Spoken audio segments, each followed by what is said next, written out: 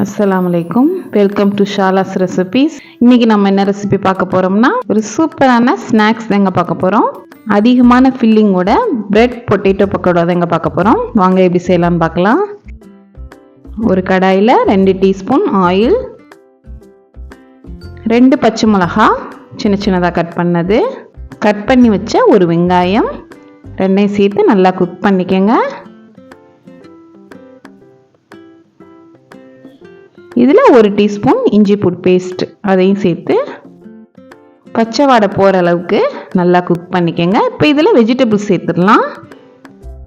இதில் 1/4 cup sweet corn சேர்த்துக்கோங்க, 1/2 cup carrot, 1/4 cup capsicum எல்லாத்தையும் சேர்த்து நல்லா மிக்ஸ் பண்ணிக்கிறணும்.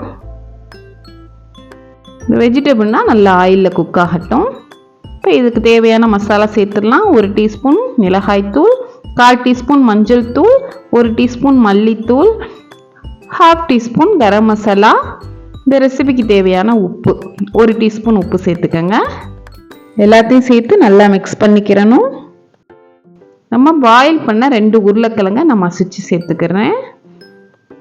கொஞ்சம் மல்லித்தலை சேர்த்து நல்லா மிக்ஸ் பண்ணிக்கோங்க.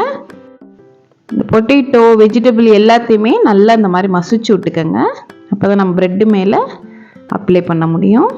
இந்த ப்ரெட்டை டிப் பண்ணுறதுக்கு ஒரு பவுலில் 1/2 கப் கடலை மாவு, 1 டேபிள் ஸ்பூன் அரிசி மாவு, கொஞ்சம் மல்லித்தலை சேர்த்துக்கோங்க, 1 டீஸ்பூன் மிளகாய்த்தூள், 1/2 டீஸ்பூன் உப்பு சேர்த்து நல்லா மிக்ஸ் பண்ணிவிட்டு கொஞ்சம் கொஞ்சமாக தண்ணி சேர்த்து பஜ்ஜி மாவு பதத்துக்கு நீங்கள் கரைச்சிக்கோங்க. ரொம்பவும் தண்ணியாக இருக்கக்கூடாது, ரொம்பவும் கெட்டியாக இருக்கக்கூடாது, இந்த மாதிரி கன்சிஸ்டன்சியாக இருக்கணும். இதில் ஒரு 1/4 டீஸ்பூனை விட கம்மியாகவே பேக்கிங் சோடா சேர்த்துக்கோங்க. சேர்க்கையில் இன்னும் நல்லா கொஞ்சம் ப்ளஃபியாக வரும். அதுக்காக நான் 2 பிரெட் எடுத்திருக்கேன். சும்மா நார்மலான சைஸ் தாங்க, ரொம்ப பெருசு கிடையாது. இதில் கொஞ்சமாக புதினா சட்னி, இது ஹோம்மேட் சட்னி தான். இன்னொரு பிரெட்டில் டொமேட்டோ சாஸ் அதையும் சேர்த்துக்கோங்க. இப்போ நம்ம செஞ்சு வச்ச உருளைக்கிழங்கையும் உள்ளே வச்சு நல்லா ஸ்டஃப் பண்ணிடலாம். கொஞ்சம் அதிகமாகவே வைங்க, நல்லாயிருக்கும். இப்போ கவர் பண்ணிடுங்க. கவர் பண்ணி கையில் இந்த மாதிரி அழுத்தி விட்டுருங்க. நீங்கள் எந்த ஷேப்பில் வேணால் கட் பண்ணிக்கோங்க. நான் குறுக்க இந்த மாதிரி கட் பண்ணிக்கிறேன்.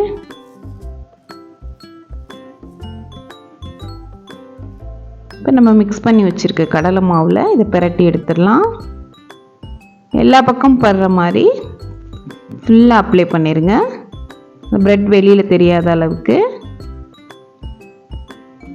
நல்லா இருக்குங்க. மேலே கிறிஸ்பியாகவும் உள்ள மசாலாவோட அதிகமான ஃபில்லிங்கோட சாப்பிட்றதுக்கு அருமையாக இருக்கும். மீடியம் ஹீட்லேயே எண்ணெயை காய வச்சுக்கோங்க.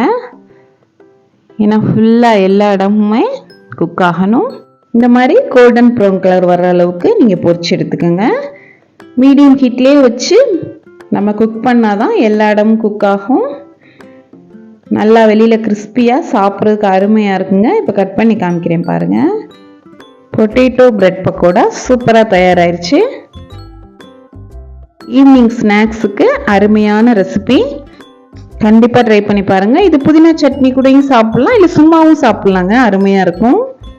இந்த ரெசிபி உங்களுக்கு பிடிச்சிருந்துச்சுன்னா லைக் பண்ணுங்கள், ஷேர் பண்ணுங்கள், சப்ஸ்கிரைப் பண்ணுங்கள். இன்ஷா அல்லாஹ் நெக்ஸ்ட் வீடியோவில் பார்ப்போம். தேங்க்ஸ் ஃபார் வாட்சிங். பாய்.